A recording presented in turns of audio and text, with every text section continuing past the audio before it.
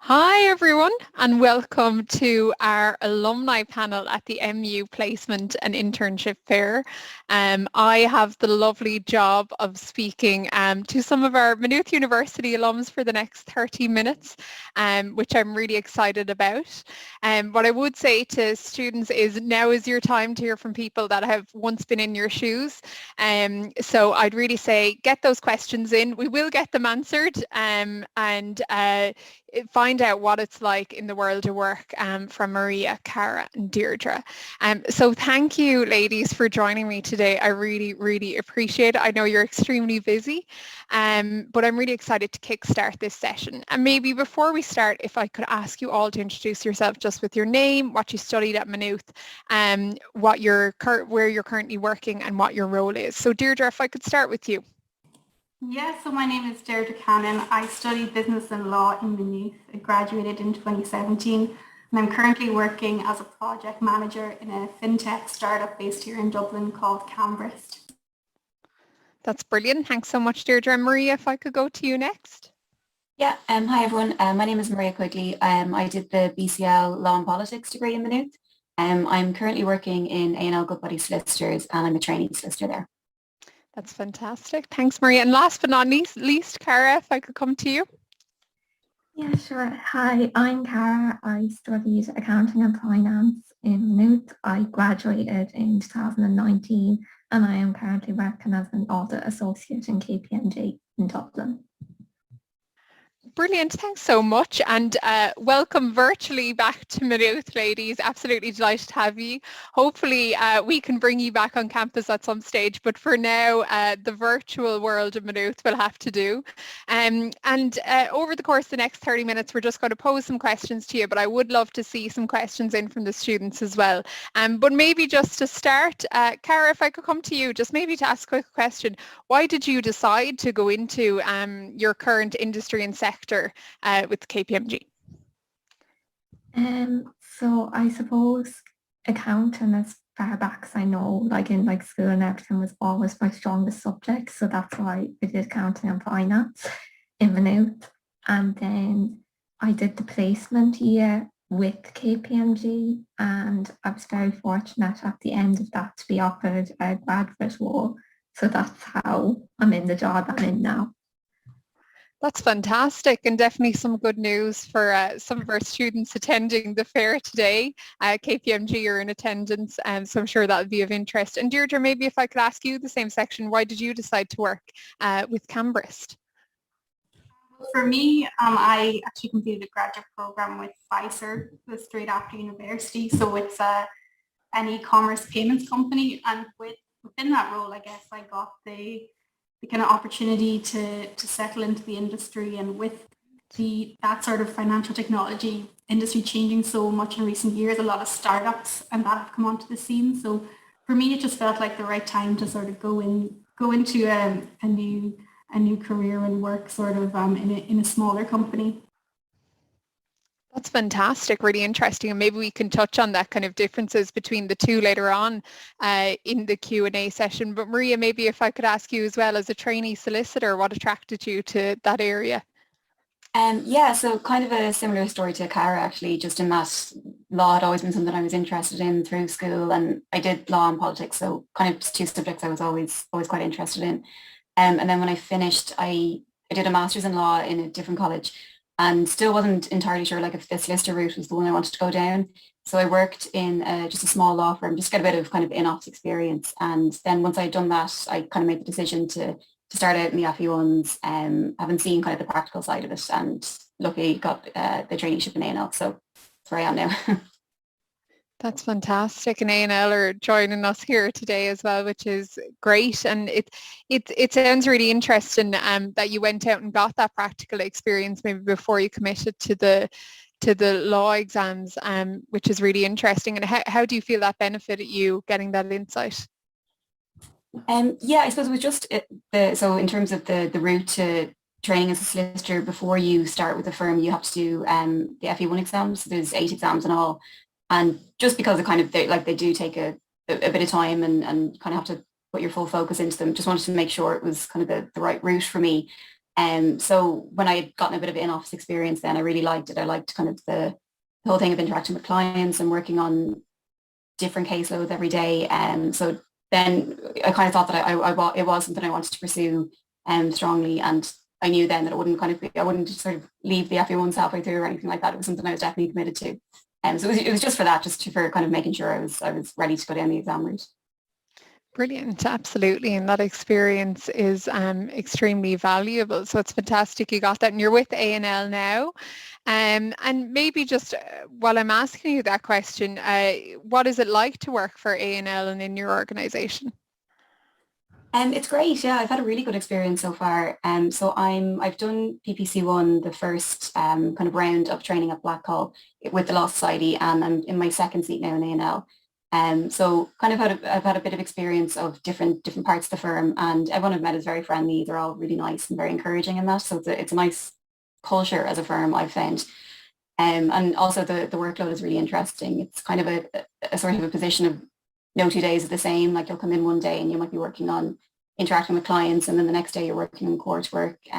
Sometimes things can be very fast paced. You have to get back to people very quick. So there's a real variety in it, and everyone so far has been really nice. So I've had a very good experience so far. That's brilliant and fantastic to hear. And Cara, if I could ask you the same question, what has it been like working for KPMG? Yeah, like every day is different, like no day is the same, which I really like. So the last 2 years probably very different because of the whole like working from home, but it has gone very well. I've worked on lots of different clients, and I've just finished my accounting exams as well, which is great to get out of the way. That's fantastic, and it must be a huge relief to have them done, so congratulations. Thank you. And Deirdre, you mentioned that you'd previously worked in a different organisation and then moved into that SME space. So I'd be really interested to hear how you find your current role working for your current organisation, but also how you found the transition. 2 questions, sorry. The transition was very unusual, obviously, because I went from sort of a global organisation out of college, kind of all around the world with thousands of employees, down to one base here in Dublin where there's only 7 of us. So there's not as much sort of layers of management. I sort of report directly to the CEO, and the majority of the other people working there are founders. So it's different. I'm a lot more involved in everything. You know, we're sort of hoping to grow in the next few years, and because I'm in early, you know, as the company grows, sort of my plan is for my role to grow as well. So it's very exciting. Like every sale is, you know, such a huge deal to all of us. Different to, you know, bigger companies where you don't really see that because, you know, the CEO could be someone based in the US that you'll never meet or never come across. And everything is sort of so, you know, urgent and important here. But I found like I had completed the grad program in like a bigger company, which really did prepare me for that because I had already developed the industry experience and sort of experience in doing a project management in a bigger organization, which then helped me adapt to sort of decide that this is the career that I want to do, and then to see, you know, what other opportunities would come my way. I'm on mute, sorry. No, that's fantastic, and sounds like you've had really interesting perspectives from both that coming into the graduate program, which I'm sure a lot of students do, and then moving down to that SME route, so a lot of transition there. And I suppose that brings me nicely onto the next question around the culture of your current organisation. How have you found that, and how could you describe the culture of it for any students interested in joining Cambrist in the future as they grow? Yeah, the culture is good. I mean, there's no sort of like, there's not really that sort of like lines of sort of authority that would be in a big business. I mean, we're all obviously we're different leaders, like such as myself and CEO, but everybody's sort of treated similarly. All ideas are appreciated. There's a lot of opportunity to learn things because you can approach sort of these guys that are experts. And when it comes to like building your knowledge in tech or in product or in sales, like for me, one of the reasons that I joined was I wanted to sort of improve my knowledge around technical skills. So working directly with someone who sort of heads up that organization has been great. Also, there's been opportunity to sort of to upskill as well. So they've kind of said, you know, any kind of courses that I want to do, they'll support. But yeah, I think if anyone's sort of really interested in like learning how something works from the ground up, it's a great place to start.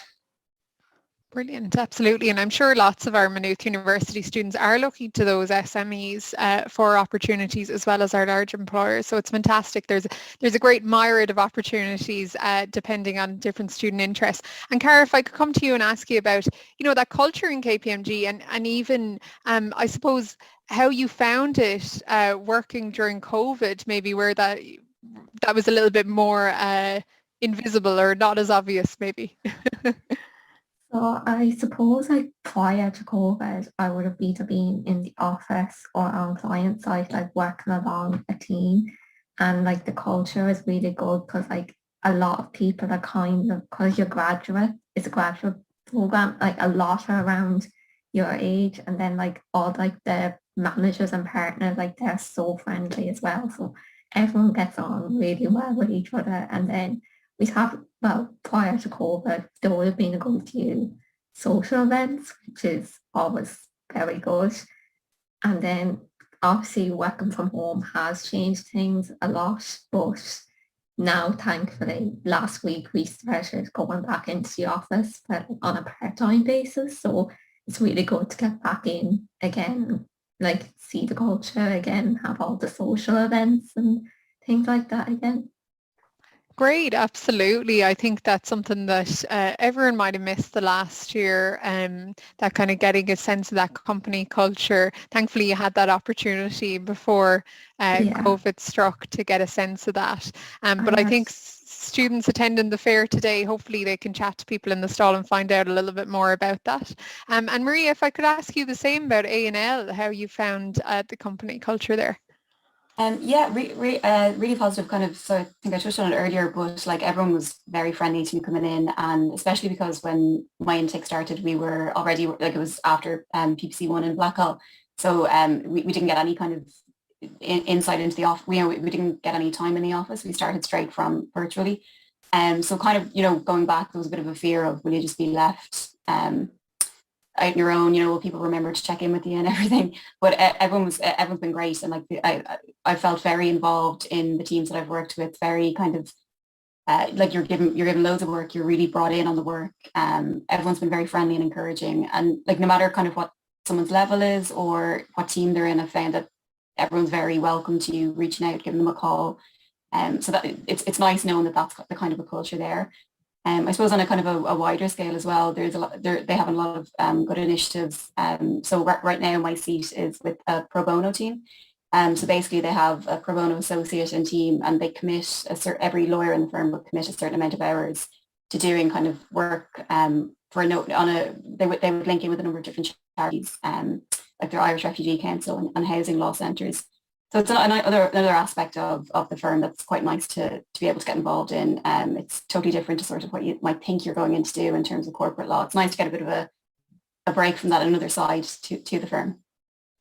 Yeah, absolutely. And that's a really interesting work, I'm sure, and varied as well. So it's fantastic that you're getting that opportunity. It sounds brilliant. So it's great to get insight into the culture of all those organizations. And I suppose for students that are interested, maybe I could put it to Cara and Maria, you know, interested in that graduate program, could you maybe talk us through kind of what the recruitment process entailed, or most importantly, what tips you would give to someone looking to apply? Maria, if I go to you first, maybe. Oh, Cara, or whoever has it. Sorry. Sorry. I suppose just in terms, so I think there's a number of different kind of initiatives that the firm would have for graduates.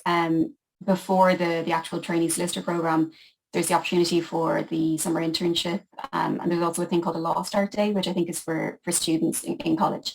So it's just another chance to kind of apply to the firm and get in and see and get an experience of it and see what you think of it. But also then when it comes to the trainee program, they'll know you as well. So I didn't actually do an internship myself, but from what I've seen from other people, it's definitely a really great way to get a foot in the door and you know, by the time you kind of have left Maynooth, you could have your training contract all wrapped up and know exactly when you're being taken on. So I definitely say that that's a great, if you can, to try and apply for the summer internship program and get in that way. Because I think at the end of the internship program, every person is guaranteed an interview for the trainee program, and it just means that you're kind of given an extra shot at it. So yeah, I think between the summer internship program and the trainee solicitor program, that'd be the best way to get ahead of the crowd, kind of apply for the internship program. Brilliant. Thanks, Maria. And Cara, from your perspective at KPMG? Yeah, so as I said already, I would have done the 9-month placement with KPMG, and then at the end of that, I was offered a graduate role. So for me, going into final year, having a job already got was such a relief, because especially as I found like the first few weeks of final year was a bit of a shock to the system after being like away for the year. So I definitely recommend doing either a placement or an internship if you're looking into like any of the accounting firms, just because it's like a really good way to like see if you actually like it. Because I didn't even know if I wanted to go down the accounting route.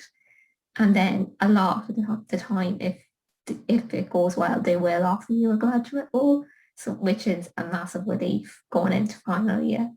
But then if you decide not to go down that route, you could apply through the milk rounds. So all the big accounting firms at this time of the year would do like graduate job offers for the graduate roles starting usually the autumn after final year. So they're the ways you can get into like a role with any of the accounting firms.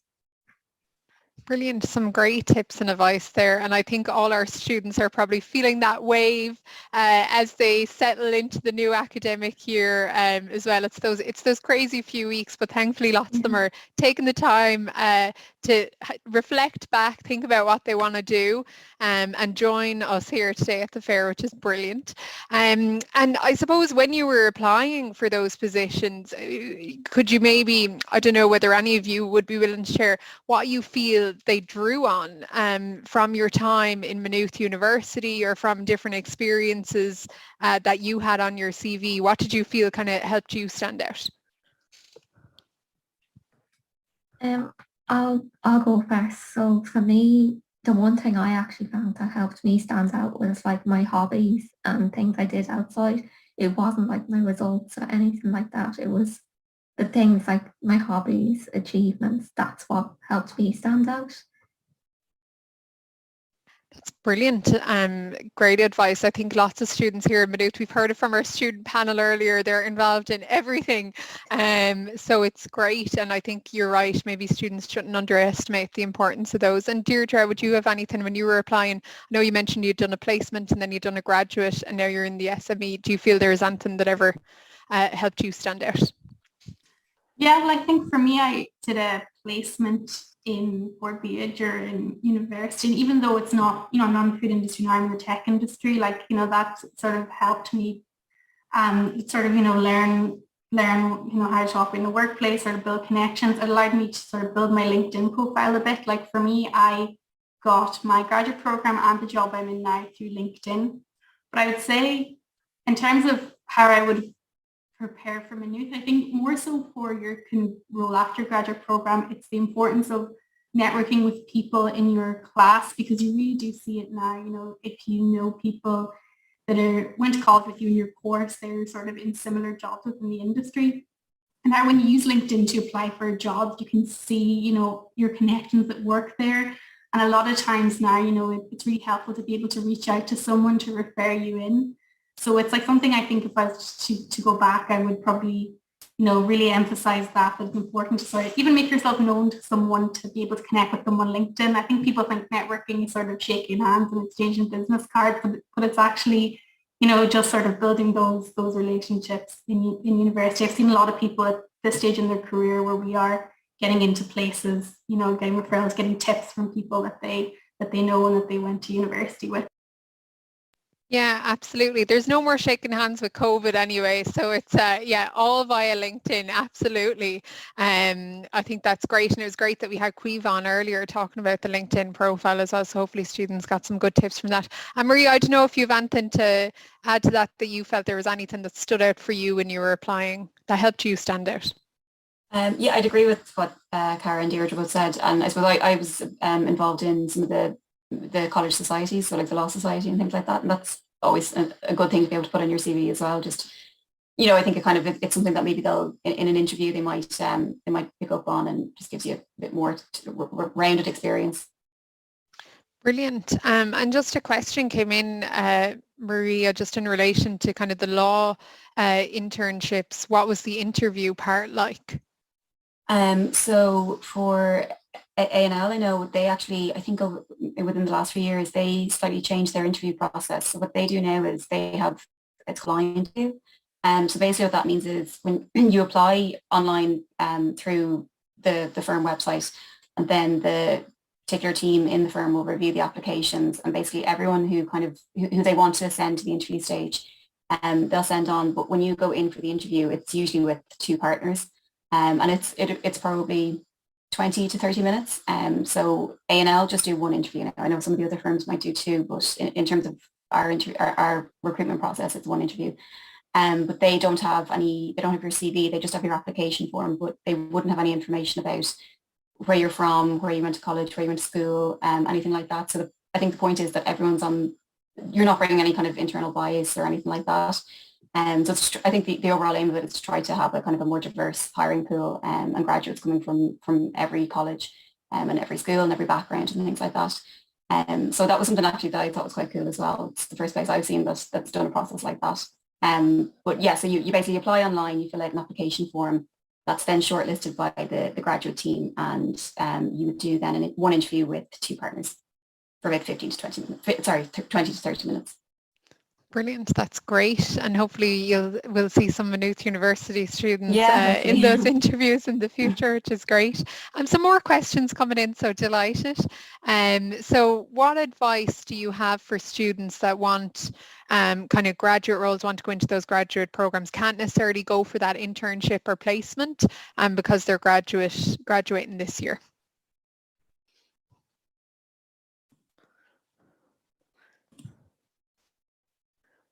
We probably touched on some of the points just earlier. I might have asked the question in a roundabout way. I suppose it's really, what advice would you give to someone graduating this year and starting their search for a graduate job? What I would say is don't be afraid to sort of message people like recruiters, or even on when you see job applications, for example, on LinkedIn. Like for my company, we're advertising both a minute, people have contacted me directly, and that only sort of helps. I just forward their application along to the HR person. I wouldn't be afraid of, the worst anybody can ever say is no, and it only kind of helps yourself just to reach out. And if you looking for a particular role, to reach out to someone on the team. I think people love being approached for these things, and they don't sort of say that it's annoying. I think maybe when I was younger, I would have been more afraid to do it, but now I would have no issue with just, if you're looking for any sort of advice or to get yourself noticed, just reach out to people on LinkedIn within the company. Yeah, absolutely, Deirdre. Does anyone else want to add to that? I'd just say as well that if kind of deadlines have passed for internship applications, or if you're in final year or anything, it's still worth getting experience outside of the particular firm or company you want to apply to. So if you can't apply to their own summer internship, go to a smaller firm, go to somewhere different. No experience is going to be discounted, and you can apply directly through the milk rounds, and it's still better than having nothing on your CV. So, that's what I did. I didn't go through the summer internship route, so it's definitely not the end of the world. Yeah, absolutely. And I think that's something that came up in a student presentation earlier around that, there are options there. Sometimes it feels like there isn't, but there actually is. Sometimes you just need to dig a little deeper for it. But it's great. And I think, Deirdre, your point around, LinkedIn reaching out to people, I think it's fantastic. Like everyone here on the panel today volunteered, and we've had such great, people are always ready to talk and to help, which is fantastic. Just some more questions coming in, and Cara, maybe if I could come to you, it's kind of a tricky one. It was just, how did you balance the cost of living and doing placement, particularly if you had that social life and the events happening? It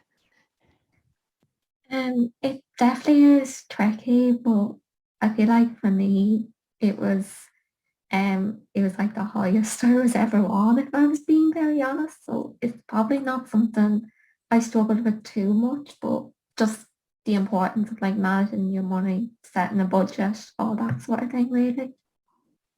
Yeah, absolutely. And hopefully students, when you are looking at your placement, you'll have an idea of the salary and everything for the year and then can budget accordingly with that, which is great. A question from a student just around any advice for forming a good and genuine cover letter. I know application forms sometimes are, what's happening now? I don't know if the employers back it up, but just in terms of my own experience, kind of if you can try to avoid cliches, sometimes it's, you might Google a cover letter and just take hints from that, but make it as personal maybe to you as possible. And you're going to be competing against so many other people. So really try and capture their attention at the start. So kind of go in strong and pitch your strengths and, if it's your results or if it's your experience or whatever it is that you feel is your strongest point.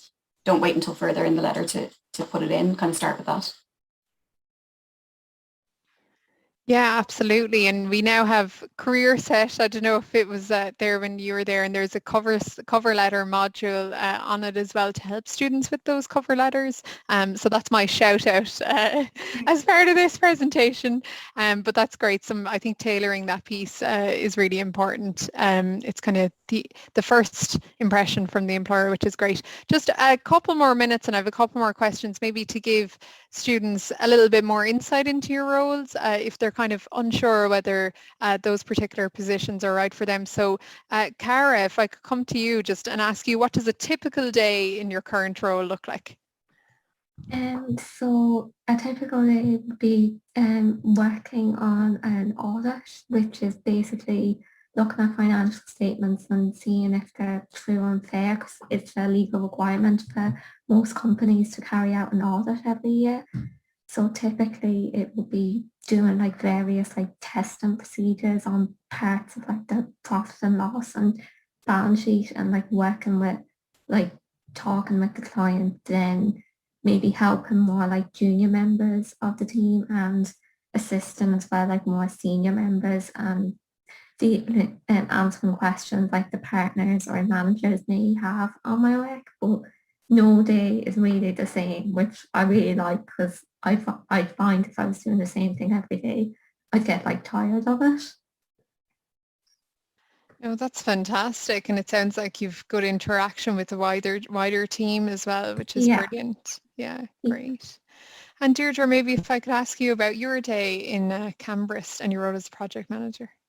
Yeah, so as a project manager, you're sort of constantly communicating and on Zoom calls. So for me, like in my personal life, I'm very organized and I love sort of organizing things. So that's sort of how I fell into project management. I didn't necessarily, sit in college really wanting to do it. I just, when I got my graduate program, I started working with the project management team and then got the opportunity to go in that way. So what I would do is when we would get a new sale from a client, my job is to get the sale from when the contract is signed to actually the solution live.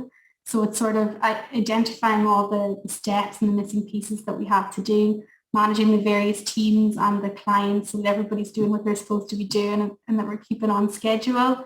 So that involves a lot of just sort of Zoom calls and planning and organizing and getting our project sort of live in the time frame. So it's good within Cambrist because every project is so vital for the organization.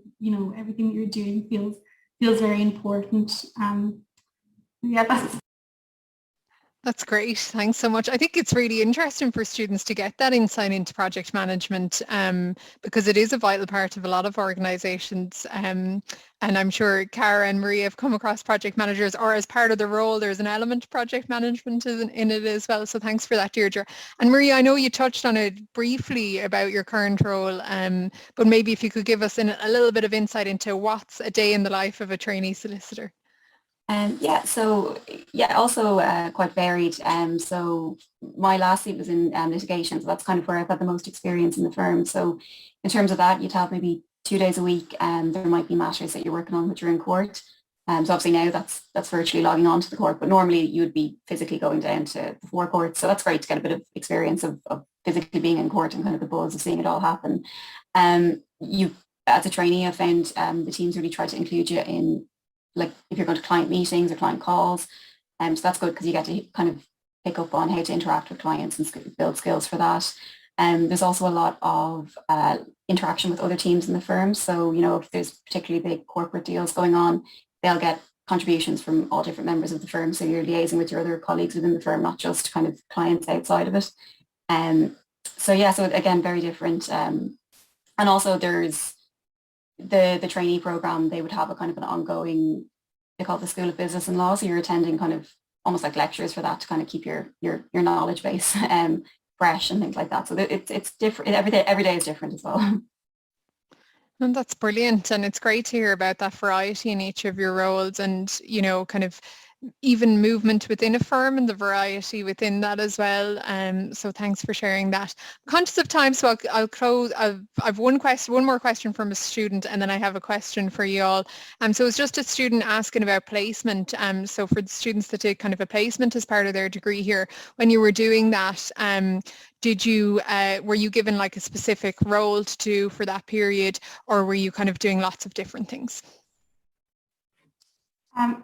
So for me, in my placement with Board BIA, it was very, very varied. I was put into, I think it was the consumer sort of, kind of a dairy sort of an internship. We were constantly doing events.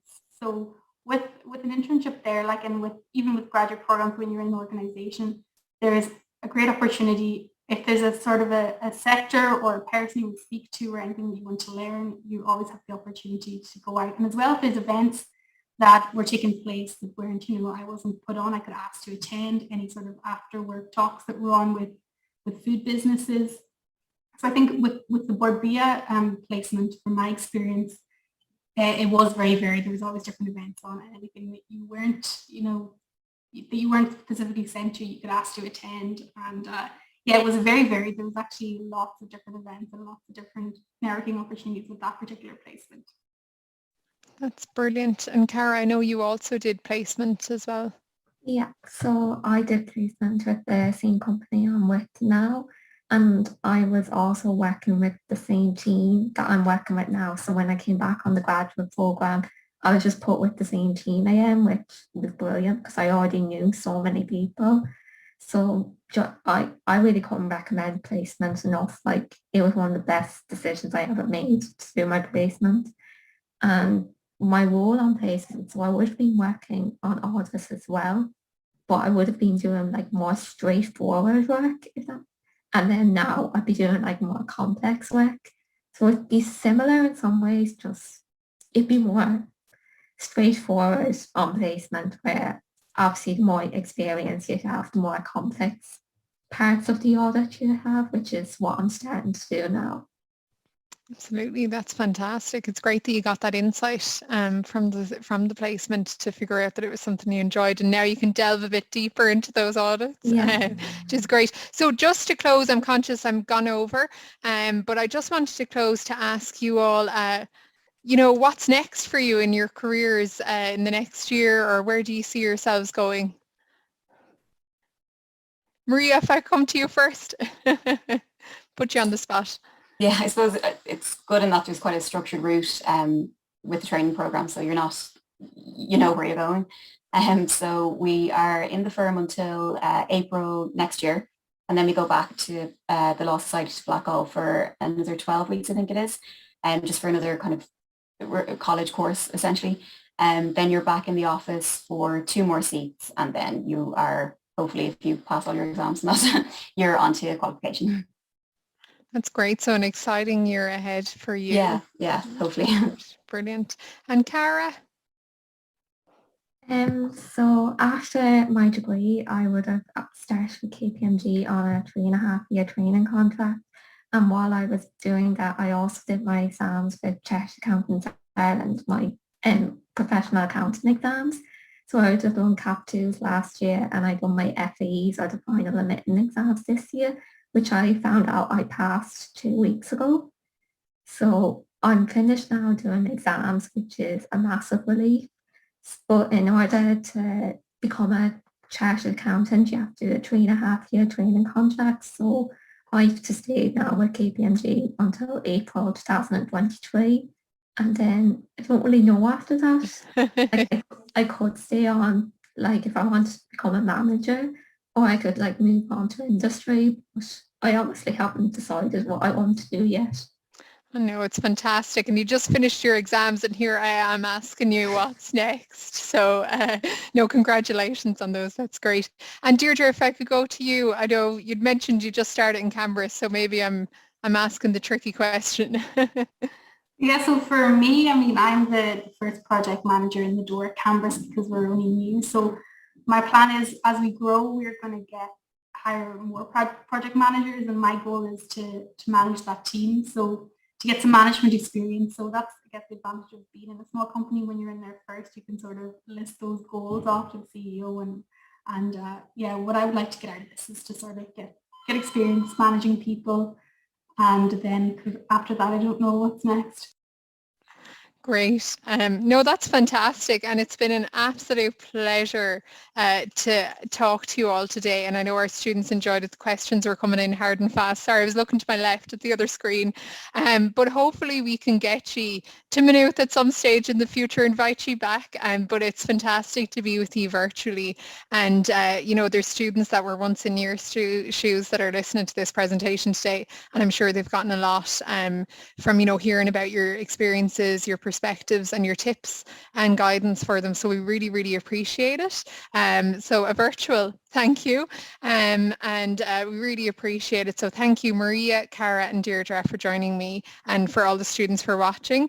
So our next presentation is happening at 1:30 with CombiLift on video interviews. So following on from kind of the tips that the alums gave you today on interviews, we'll then delve a little bit deeper into the video interview piece. So thanks again, everyone. We'll see you at 1:30.